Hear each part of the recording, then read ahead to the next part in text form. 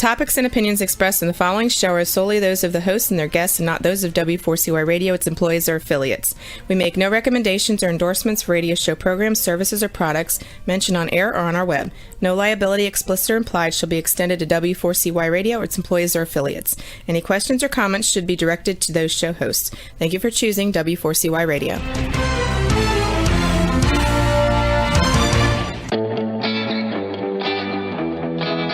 Are you ready to take a journey? Let's connect with the healers of the world. It's that time.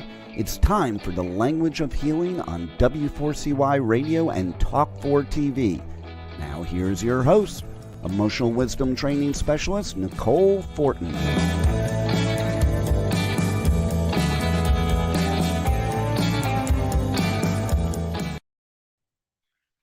Hello, everybody, and welcome to the Language of Healing.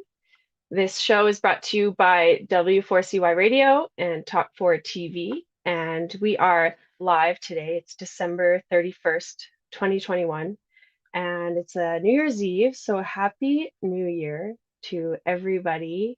Thank you for tuning in and joining me today, and I really like this time of year because it's, while the holiday, most of the holiday hustle and bustle is wrapping up, and the energy for stepping into the new year is just prime. It's really ripe for the picking. I find September and January to be really good intention setting months. And I wanted to spend some time with you today talking a little bit more about intention setting and what that means, what that can do for you, the difference it can make in your life, and how to really make it stick. Because I don't know if you've had this experience before where you have a goal or you make a New Year's resolution and it's more of an idea.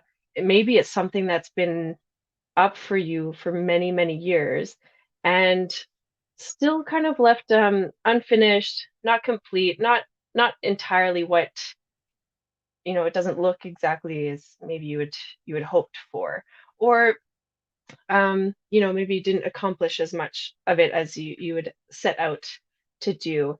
And why that is, what is it about setting intentions that for some really tend to stick? And when things are in alignment, it just flows, and you may have the experience of a desire and asking for it and it showing up, and experiencing that ease of it, like, you didn't really have to do much about it, right? It was just kind of meant to be, or some things fall into your lap easier than others.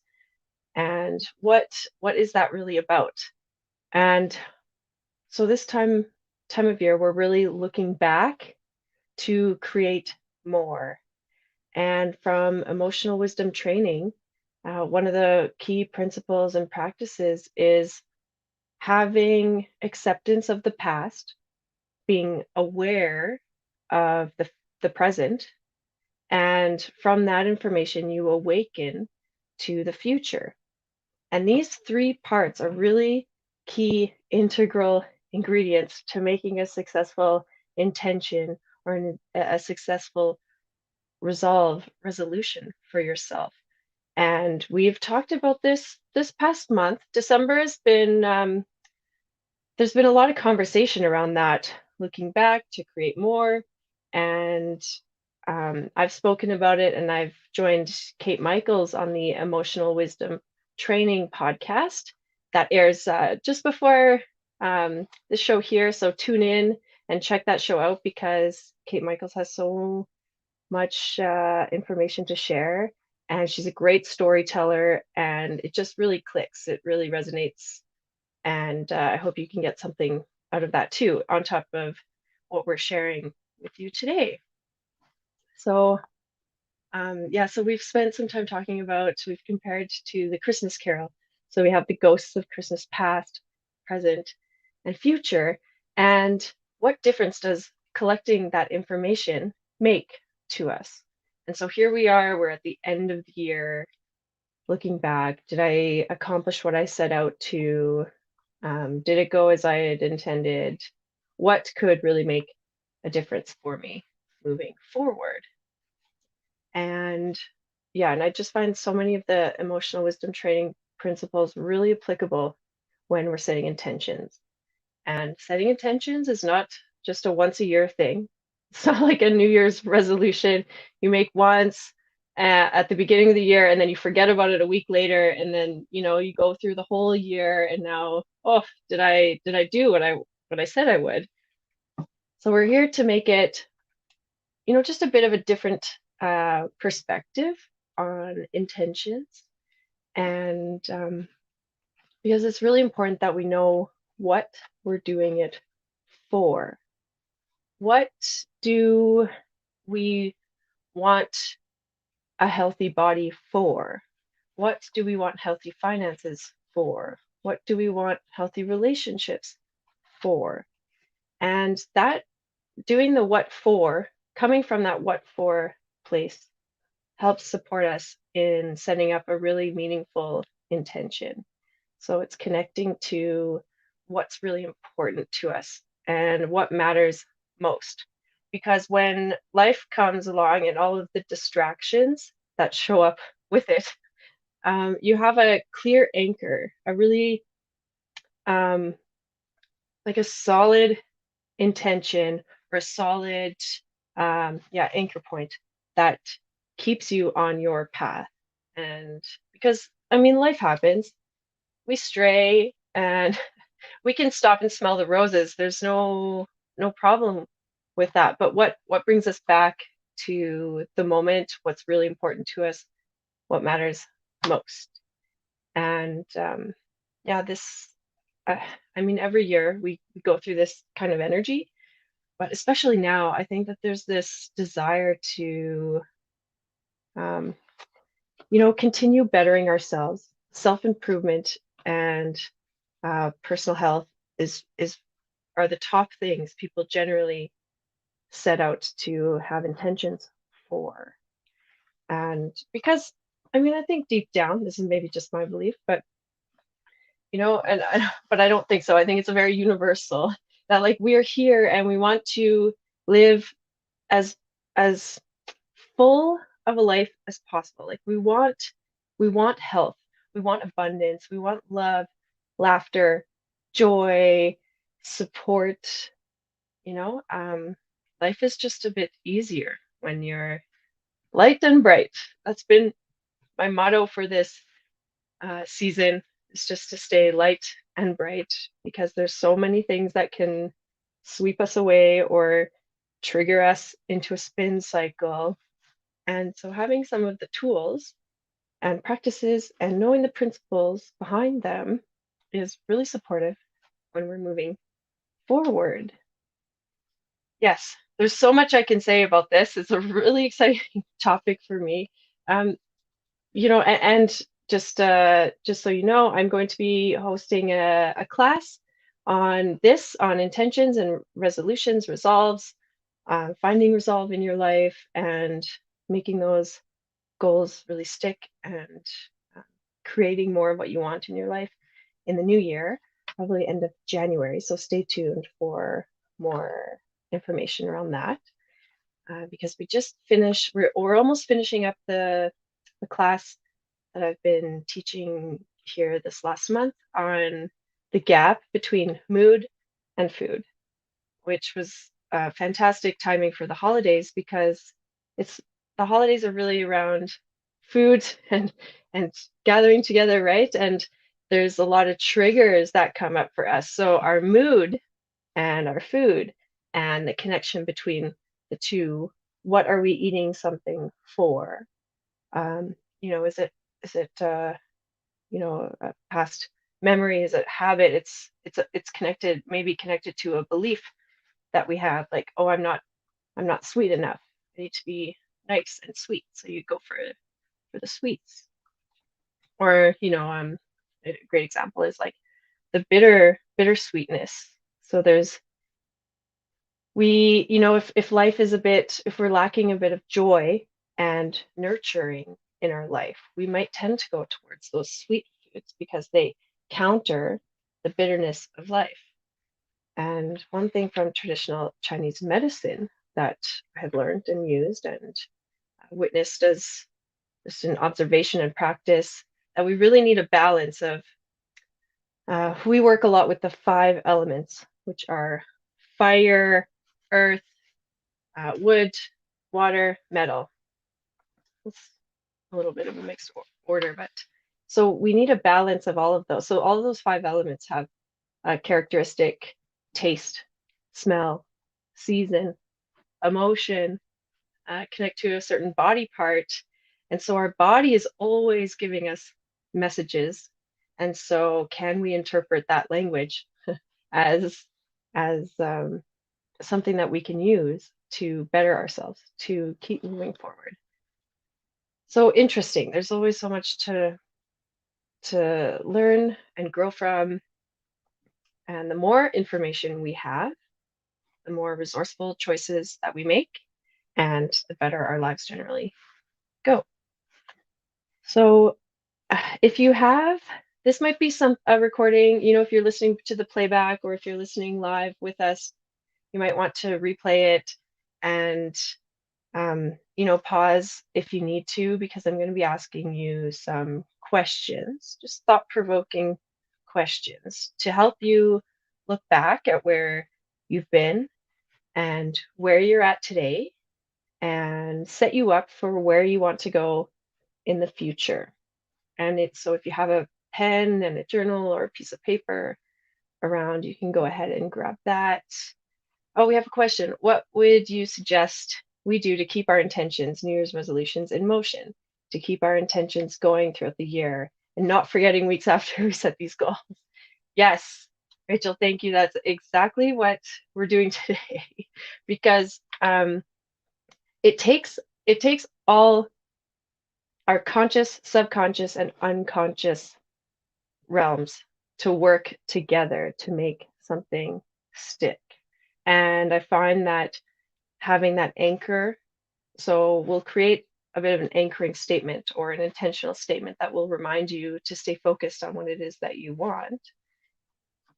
So that's helpful, having an intentional statement, because this is how our subconscious ego works. It's the constant forgetter, self-forgetter.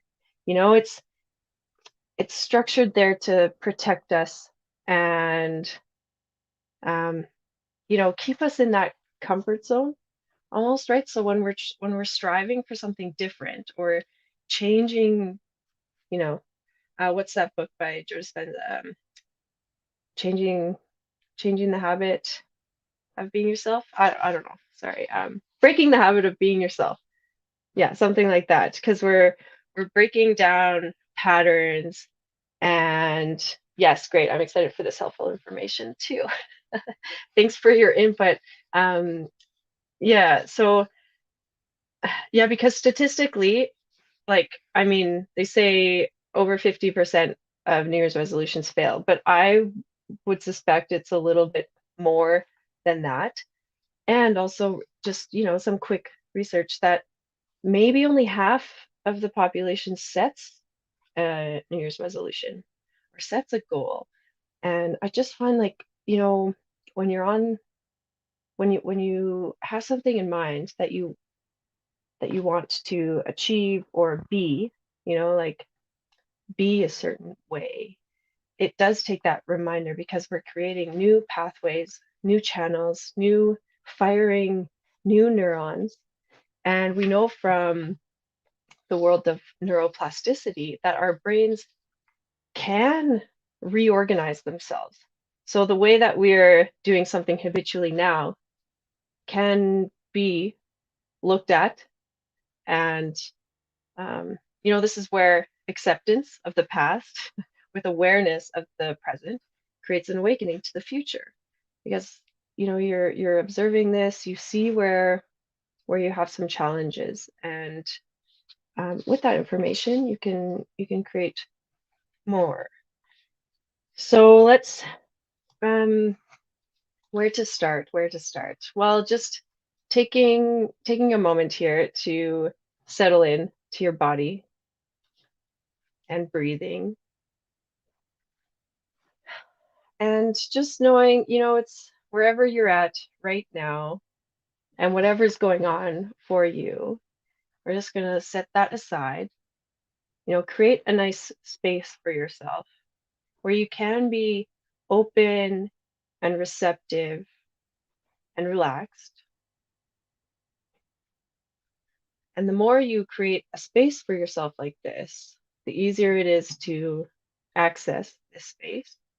So when things are, you're spinning or things are busy and distracted, you can just like literally take 2 seconds and just breathe and anchor in, be in your body, because you're going to be more productive when you are in your body, aware of the present and your surroundings, and focused on what it is that you want versus getting caught up in the head trash, as Sue Lester shared, who was a guest on our show a few months back, and we had a really interesting chat about head trash, clearing the head trash. But so being in your body and breath is very simple and so effective. It's really the simple things in life that make a difference for us. So creating that space for yourself, and so this is where you might want to, stop and come back to this, because you might have to sit with this a little bit, right? To really be open and relaxed and receptive to receive what it is that you really want. What is it that you really want? And often what will come to mind first is something from the exterior or something from your subconscious ego, or it's we want to get to the real heart of your heart's desire. What is it that you really want? Because that I guarantee will change the outcome of your intentions when it's really true to who you are and true to your heart's desires. If it's something from the external, like what someone else is doing, or what you see outside of you, or what you think society wants you to have, right? Like we have these structures, and whether we're conscious of it or not, doesn't really matter. I mean, we can have it. We can want the white picket fence, like literally, right? Or maybe we want a different kind of fence. So yeah, so we'll take some time here. So we're gonna look a little bit into what you might have been focusing on in the past and what you want to focus on in the future. Okay, so bring to mind and just remember, while you're sitting in this space, your sit bones are rooted wherever you're sitting, your feet are planted on the ground, feeling kind of heavy in that lower body, and naturally creating elongation and space in your spine. And a little head tilt, tuck of the chin, just almost bowing to yourself.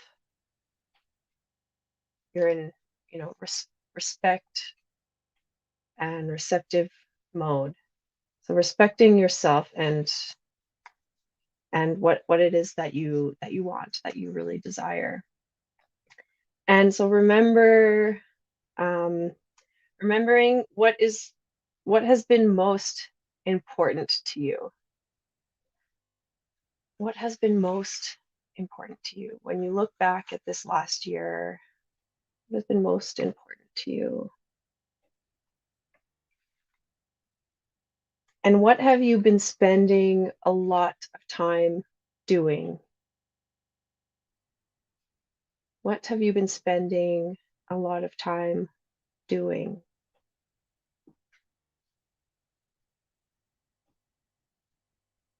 And what is important to you? What is important to you?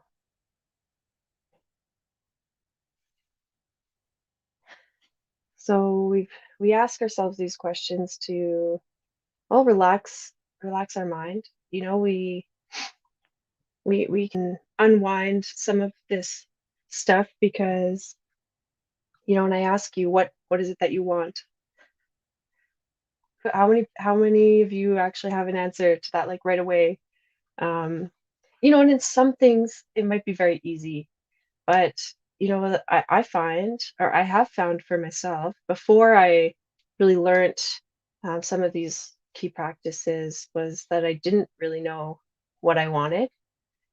I would, you know, just go through my daily, I mean, I knew I had some interest, right? There's some things that like are guiding, and you have your own little flavor, you know, but anything more than that, I couldn't even see anything, right? Like what do I want?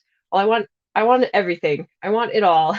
I want, I want like, you know, success in my like in my business and my relationships and my health, and that's all, you know, pretty broad and vague. But you know, when I really check in, or I really sit with myself and just allow something else to pop in that might not be scripted, shall we say, you know? So I remember doing some practices around heart's desire, and this is cool work, you know, when you can, because the heart is connected to the fire element of traditional Chinese medicine, and uh, the fire. I mean, when we think of fire, maybe it's like, you know, hot passion, usually associated with joy, laughter, you know, it's like the heart of the matter. It's connected to the core. And what I love about the heart is that it has a rhythm. It's like the beating of the drum. And then the heart beating reverberates through the ribs. You know, it's like the ribs are an amplifier, and then it almost oozes out of your arms and your legs, your head. And when you're truly connected to a heart's desire, you're so juiced up, right? It's like the feeling.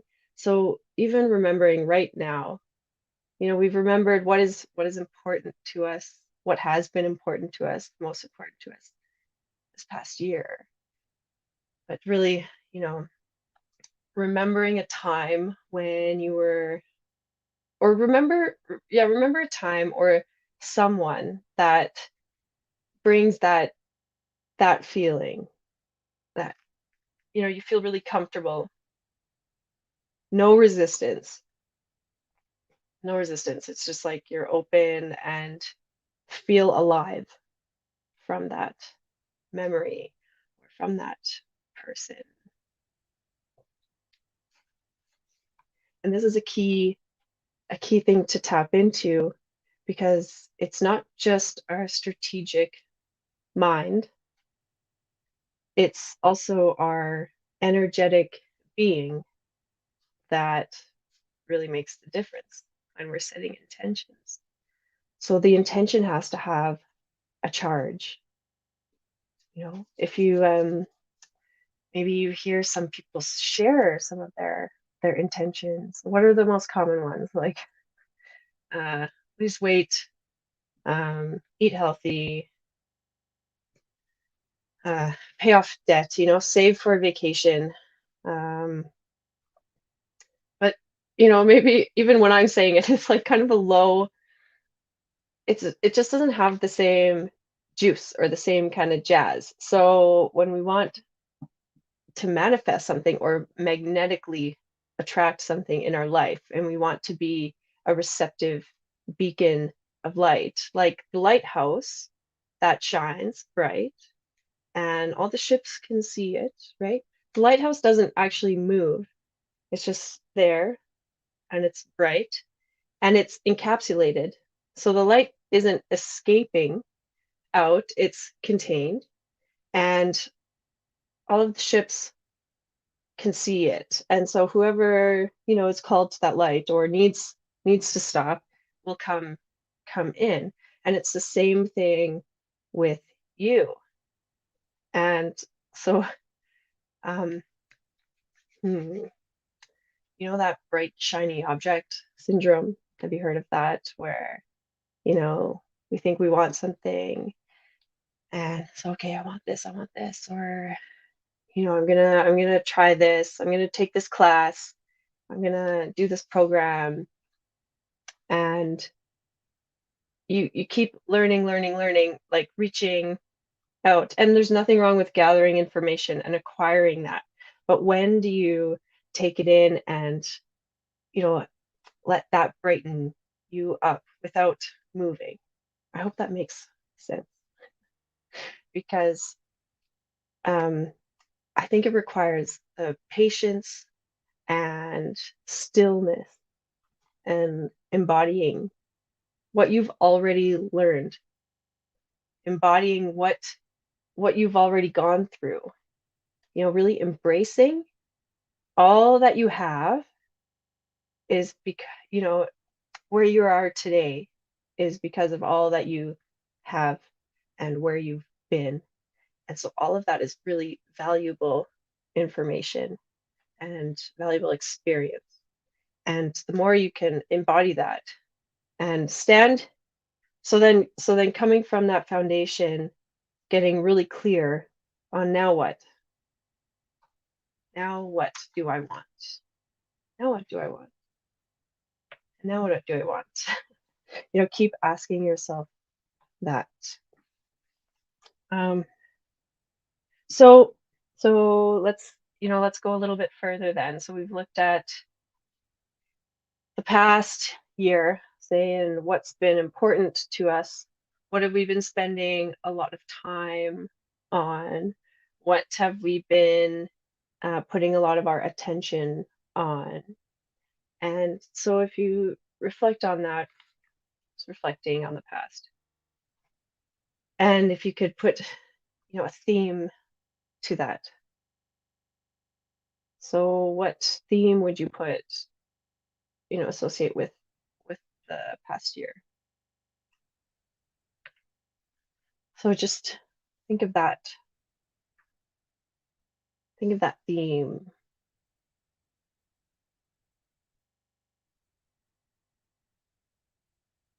And what did you put your attention on that created that theme? Where is your attention? What were you doing? What are you doing? What are you saying? What are you thinking? What is the theme? And on that note, if you do a practice of setting a theme for yourself in the new year's or every year. I like to do that for myself, have a theme or a word. It's something that I set up that, well, there's, we can do a little, sit with that even. Like, it probably won't just like show up, it's like these things that are really connected to our heart show up in really, unexpected ways.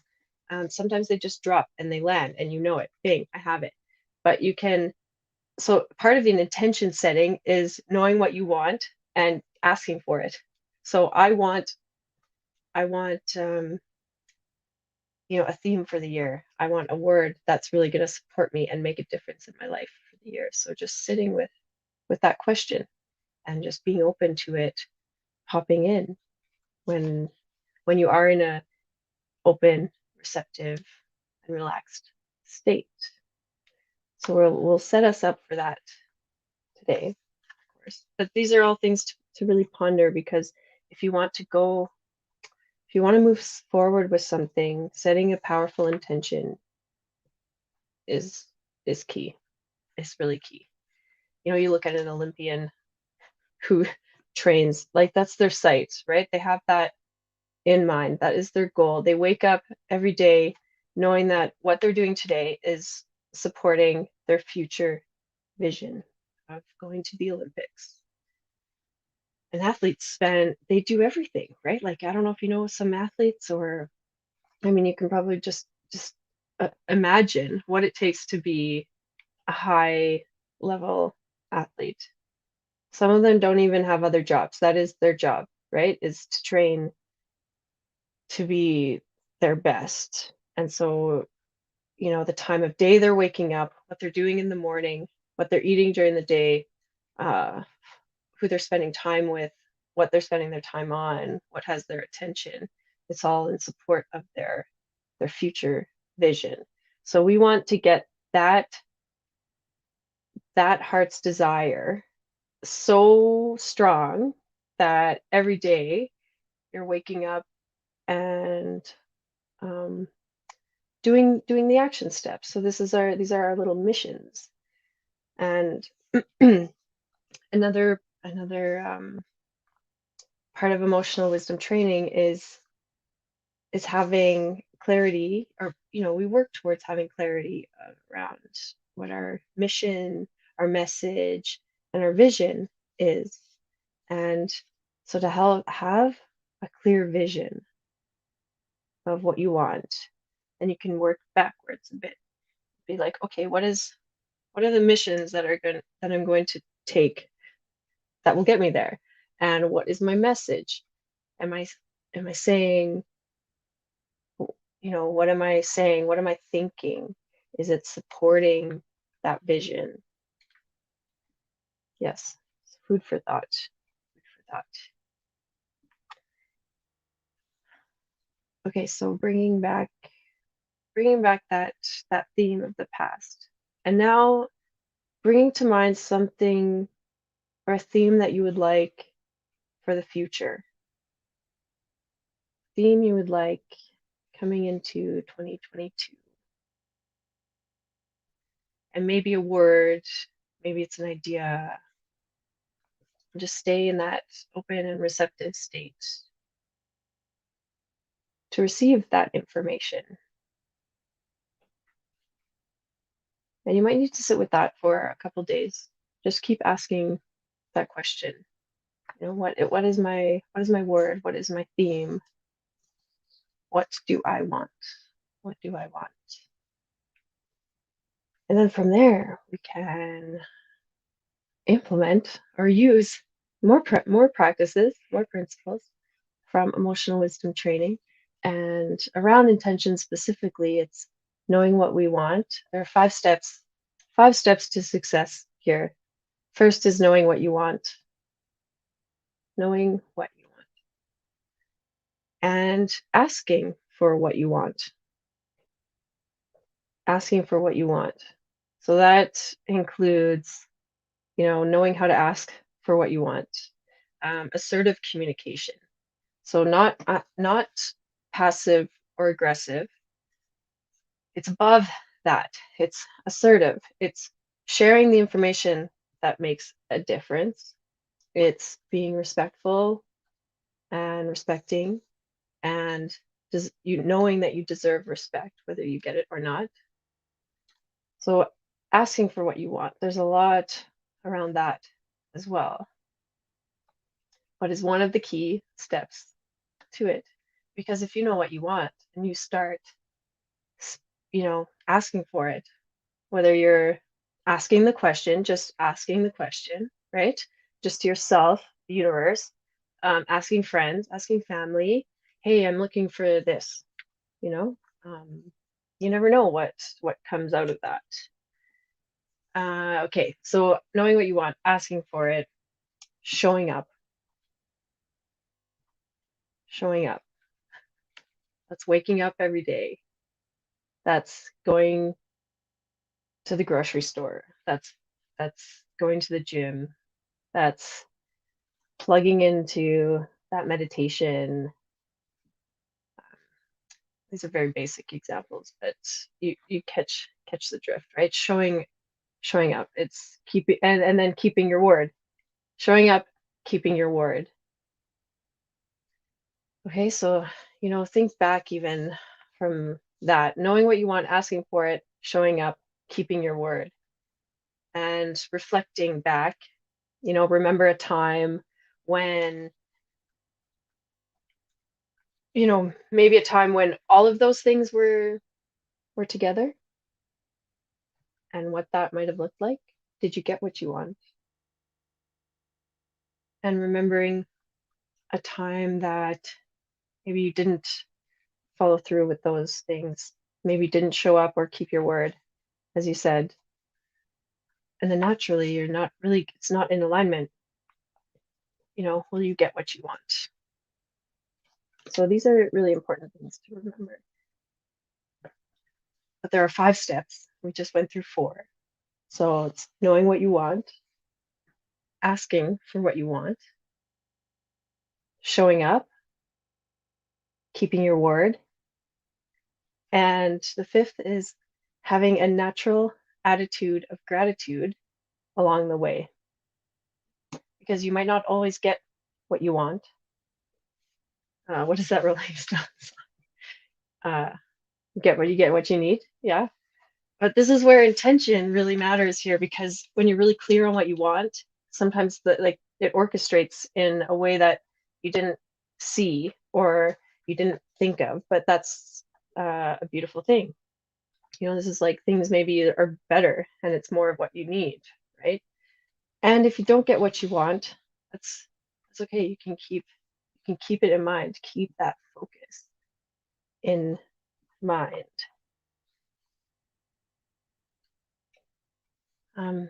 If you think back to like something that didn't go as planned, like maybe even just bring to mind get back into your little space here. Being confident yet humble. Oh, being confident and humble. Yes, I think that's very key. A key comment there. Thanks, Rachel, for that. Because you have to believe in yourself and believe in what you want. And when it's a true heart's desire, it's like an imprint of you, it's your unique message. And there's no reason that it, you can't have it, or yeah, because we're going to encounter obstacles along the way and challenges. And part of that, does it build us up? Like, it creates this robustness, the struggles in life that we overcome, to make us more resilient and to remind us how amazing we are, how much how much we really can grow from diversity and challenge, and how beneficial that is. Like I'm thinking of ginseng comes to mind as a plant that is, you may have heard of ginseng, like there's Korean ginseng, American ginseng, and they're quite valuable herbs and medicines. And they grow in, what makes them very unique is that they grow in very cold environments and underground, maybe like rough environments, and they survive. They survive the cold winter and they survive the hot summer. And every year, I think it takes about 5 years for ginseng to fully mature. And when ginseng is pulled out of the ground, it often looks like a little person. It's a little human. And I love Chinese medicine for this, because it relates nature with us, because we are not separate. We are the macro to the microcosm, right? So when I see a little plant that looks like a person, it's like, oh, that must be, there's something really special about that. And just looking at that plant, then, the resiliency that it has, and that it carries, and that it gets more valuable, more expensive, and more potent in its medicinal properties, the more it goes through those diversities, those extremes of temperature, and really harsh environments. And so we're like that too. The more pressure or tension we can grow and evolve from. right? They're just reminders, just like gentle reminders, because when life gets hard and we get stuck in that rut or that spin cycle of self-doubt and not being confident and forgetting to be grateful for what we have, it can bring us down. It's heavy, right? It's not really fun. And I don't even know what the statistic now is, but I mean, already we were massively, like, there's a massive overconsumption and um, doling out of antidepressants and anti-anxiety medication, which is great, in a very like extreme case. But this is, to me, this is like the ebbs and flows of life, and it might affect some people more than others. Yes, of course. And there are tools. There are tools like intentions, getting really clear on what it is that you want, and having that purpose really supports our heart. It's nurturing our spirit. It's what fuels our spirit. There's something very depressing about being stuck and not getting what you want. So we want to switch that around, just like a little magic wand. Poof. So this is new year, and you have a blank slate and can create whatever you want. And I am on your side. I encourage you and I believe in you, and I know you can do it. And this is the year to do it. I'm going to talk about, probably in a few weeks, about the upcoming new year, Chinese New Year, of the water tiger, and what that might support us in doing. Because I mean, okay, it's I don't want to say like just astrology.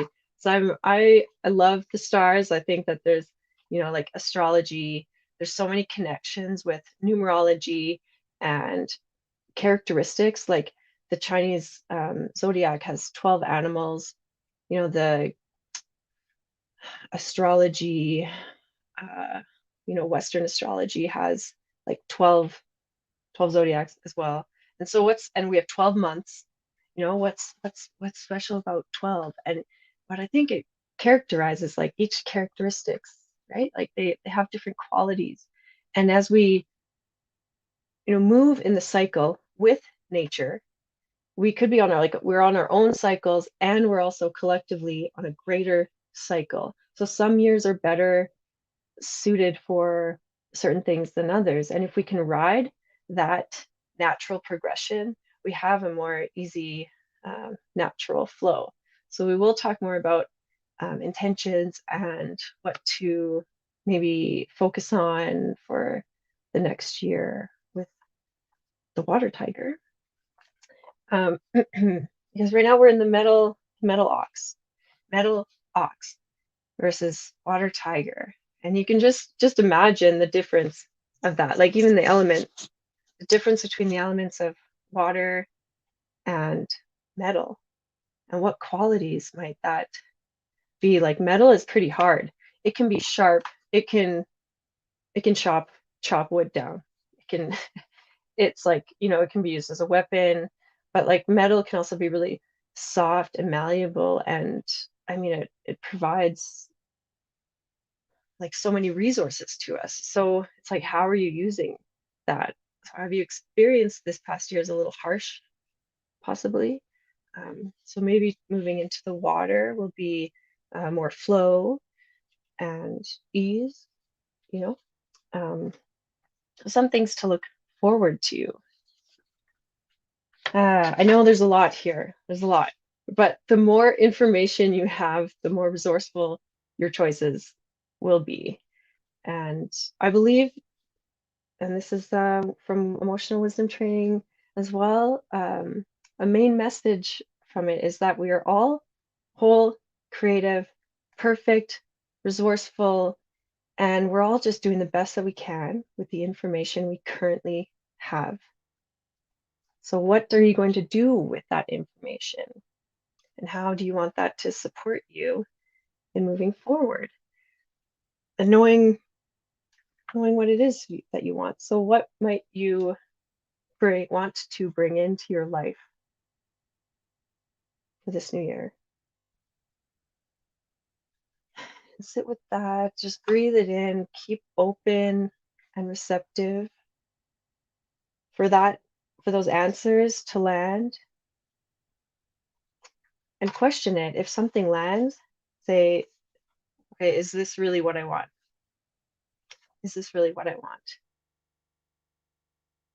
And just noticing where in your body that lands. Like if you think about, I'll just use weight loss because it's such a main, and I always say, like, it's better to phrase that as getting rid of weight, because when you lose something, our natural tendency is to want to get it back. I lost my purse, I need to get it back. I lost weight, I need to get it back. So when we use neurolinguistic programming and we are aware that our words really have power and meaning and vibration, frequency, we can play with that. So maybe this year you can implement that into something you want to get rid of. I want to get rid of, is it toxic relationships or toxic substances. But it's not really also that we're moving towards something that we want. So we can look back at what we don't want, right? But we're not really moving away from what we don't want. We're moving towards what we want. You see the difference there? So if you can take anything from this session today, this conversation is, well, first, just like allowing your space, getting that space for yourself where you're open and receptive and relaxed, and just like put the head chatter to the side and just give it, just put it outside of the room, close the door and say, don't worry, I'll be back for you after I'm done this little meditation. So do that. Find yourself a little space.